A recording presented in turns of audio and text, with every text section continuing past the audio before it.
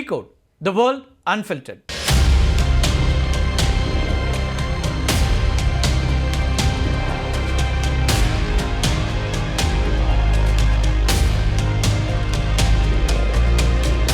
ஹாலிவுட்டோட உச்சக்கட்ட உளவு திரைப்படங்களை மிஞ்சக்கூடிய ஒரு திகில் நாடகம் மத்திய கிழக்கில் அரங்கேறி வருகிறது. அமெரிக்காவுடைய CIA, அதுபோல் இஸ்ரேலோட மொசாத், இந்த உலகின் அதிநவீன உளவு அமைப்புகள் ஒரே ஒரு மனிதனோட இருப்பிடத்தை கண்டறியறதுக்கு தங்களுடைய முழு பலத்தையும் திரட்டி வேட்டையில் இறங்கியிருக்காங்க அப்படின்னு தான் சொல்லணும். CIA, மொசாத் தேடக்கூடிய நபர் யார் அப்படிங்கிற அந்த கெஸ் உங்களுக்கு வந்திருக்கும். அவர் தான் ஈரானோட புதிய உச்ச தலைவர் மொஜ்தபா கமேனி.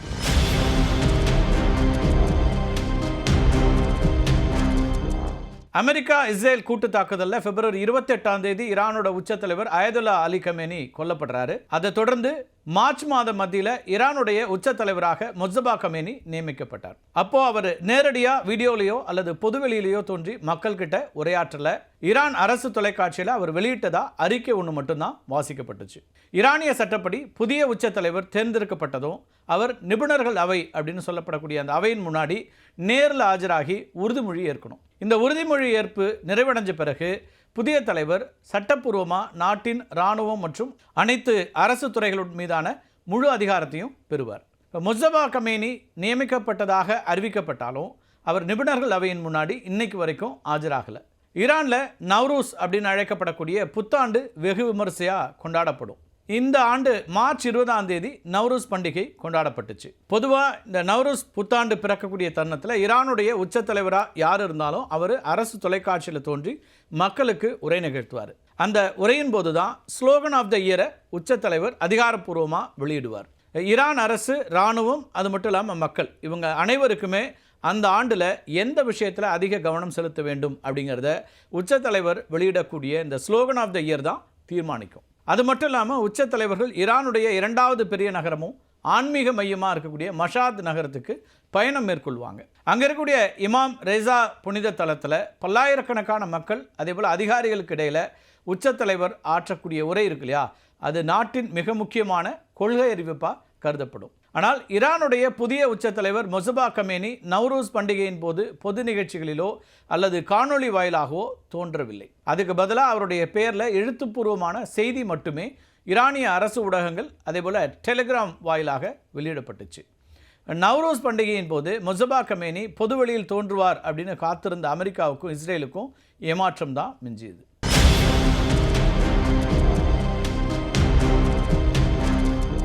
இதைத் தொடர்ந்து கமேனி 90% அழிக்கப்பட்டு விட்டார் அப்படின்னு அமெரிக்க அதிபர் டொனால்ட் ட்ரம்ப் சொன்னார். அதுக்கு பிறகு அயதுல்லா அலி கமேனியுடைய இறுதிச் சடங்கு நிகழ்வில் மொஜ்தபா கமேனி பங்கேற்பார் அப்படின்னு எதிர்பார்க்கப்பட்டுச்சு. இறுதி அஞ்சலியின் போது கருப்பு நிற உடையில் முகத்தை முழுவதுமாக மறைக்கக்கூடிய மாஸ்க் மற்றும் தொப்பி அணிந்தபடி ஒரு நபர் சில வினாடிகள் வந்து அஞ்சலி செலுத்திட்டு சென்றார். அவர்தான் தலைமறைவாக இருக்கக்கூடிய மொஜ்தபா கமேனி அப்படின்னும் தன்னுடைய அடையாளத்தை மறைக்கிறதுக்காக அவர் மாஸ்க் அணிந்து வந்ததாகவும் தகவல்கள் தீயா பரவுச்சு. அமெரிக்காவுடைய CIA, அதேபோல் இஸ்ரேலோட மொசாத் உளவு அமைப்புகள் அந்த புகைப்படங்களை விரிவாக ஆய்வு செய்தாங்க. அதில் மாஸ்க் அணிந்து வந்த நபர் மொஜ்தபாவுடைய உடலமைப்போடு ஒத்துப்போகவில்லை அப்படின்னும் புதிய தலைவர் உயிரோடு தான் இருக்கிறார் என்ற தோற்றத்தை உருவாக்குறதுக்கு ஈரானிய பாதுகாப்பு படையினர் செய்த பாடி டபுள் அப்படின்னும் உளவு வட்டாரங்கள் தெரிவிச்சுது. இப்போ அண்மையில் அமெரிக்காவுக்கு சென்றிருந்த இஸ்ரேல் பிரதமர் நெத்தன்யாகு ஈரானில் இருக்கக்கூடிய தற்போதைய ஆட்சி அதிகாரத்தை வீழ்த்த வேண்டும் அப்படின்னு ட்ரம்ப் கிட்ட வலியுறுத்தி இருக்கிறார்.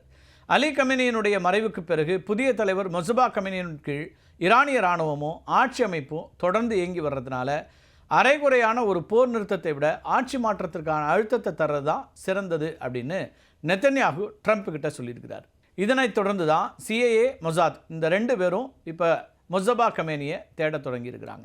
ஈரானில் ஆட்சியை இயக்கக்கூடிய முதன்மையான புள்ளியான உச்ச தலைவரை முடக்குவது அல்லது அகற்றுவது ஆட்சியை வீழ்த்துறதுக்கு எளிதான வழி அப்படின்னு 2 நாடுகளுமே கருதுகின்றன. இப்போ மொஜ்தபா கமேனி உயிரோடு இருக்கிறாரா, படுகாயமடைந்து படுக்கையில் இருக்கிறாரா, அல்லது போரை வழிநடத்தக்கூடிய நிலைகளில் செயல்படுகிறாரா அப்படிங்கிறத கண்டுபிடிக்கிறது தான் இந்த உளவு அமைப்புகளுடைய முதன்மை இலக்காக இருக்குது. ஈரான் வெளியிட்டு வரக்கூடிய எழுத்துப்பூர்வ அறிக்கைகள் மற்றும் மாஸ்க் அணிந்த நபர் போன்ற பிம்பங்கள் உண்மையா அல்லது இஸ்லாமிய புரட்சிகர காவல் படை செய்யக்கூடிய நாடகமா அப்படிங்கிறத கண்டறியறதுக்கு CIAவும் மொசாத்தும் முயற்சி பண்ணிட்டு இருக்கிறாங்க. இப்போ ரகசிய ஊடுருவலுக்கு பெயர் போன மொசாத் அமைப்பு ஈரானோட உள்ளூர் தளபதிகள், IRGC உயரதிகாரிகள், அது மட்டும் இல்லாமல் மருத்துவ பணியாளர்கள் மூலமாக கமேனி இருக்கக்கூடிய நிலத்தடி புகலிடங்கள், அதேபோல் அவருடைய உடல்நலம் குறித்து அறியறதுக்காக கடுமையான முயற்சிகளை மேற்கொண்டுட்டு வருது. இன்னொரு பக்கம் அமெரிக்காவோட CIA செயற்கைக்கோள் தேர்மல் புகைப்படங்கள், ஈரானிய தலைவர்களுடைய பாதுகாக்கப்பட்ட தொலைத்தொடர்பு சிக்னல்கள், அதேபோல் அதிநவீன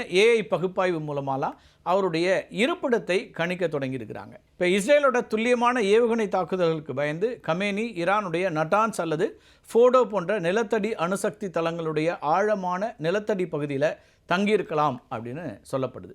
முந்தைய அமெரிக்க இஸ்ரேலிய வான்வழி தாக்குதலின் போது பலத்த காயமடைந்து தீவிர சிகிச்சை பிரிவில் செயற்கை சுவாச கருவிகளுடைய உதவியோடு இருக்கலாம் அப்படின்னும், அதனால தான் அவரால் வீடியோவில் கூட தோன்ற முடியவில்லை அப்படின்னும் மொசாத் சந்தேகிக்குது.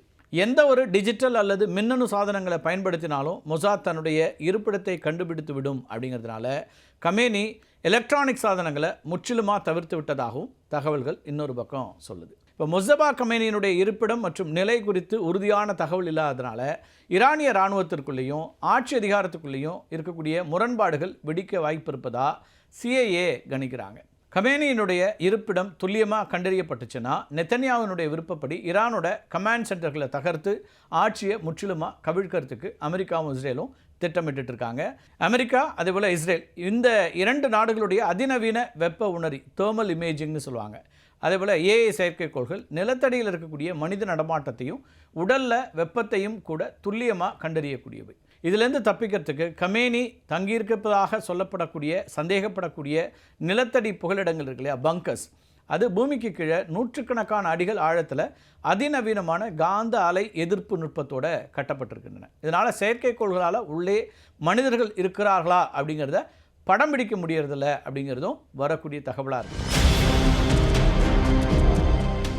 2011 பென்லேடன் பயன்படுத்திய அதே உத்தியை முஸ்தபாவும் பயன்படுத்தி வருகிறார் அப்படின்னு அங்கிருந்து வரக்கூடிய தகவல்கள், குறிப்பாக இந்த உளவு அமைப்புகளோடு நெருக்கமாக இருக்கக்கூடிய அரசியல் ஆய்வாளர்கள் சொல்லக்கூடிய செய்தியாளர்கள் சொல்லக்கூடிய செய்தியாக இருக்குது. இப்போ அவர் அளிக்கக்கூடிய கட்டளைகள், அதாவது முஸ்தபா கமேனி அளிக்கக்கூடிய கட்டளைகள் அனைத்துமே எந்த ஒரு வைஃபை இணையம் அல்லது ரேடியோ அலைவரிசையிலையும் போகிறதில்லை. அதுக்கு மாறாக கையால் எழுதப்பட்ட காகித குறிப்புகள் 3 முதல் 4 மனித தூதர்கள் மூலமாக மாற்றப்பட்டு இறுதியாகத்தான் இராணுவ அதிகாரிகளுக்கு போகுது.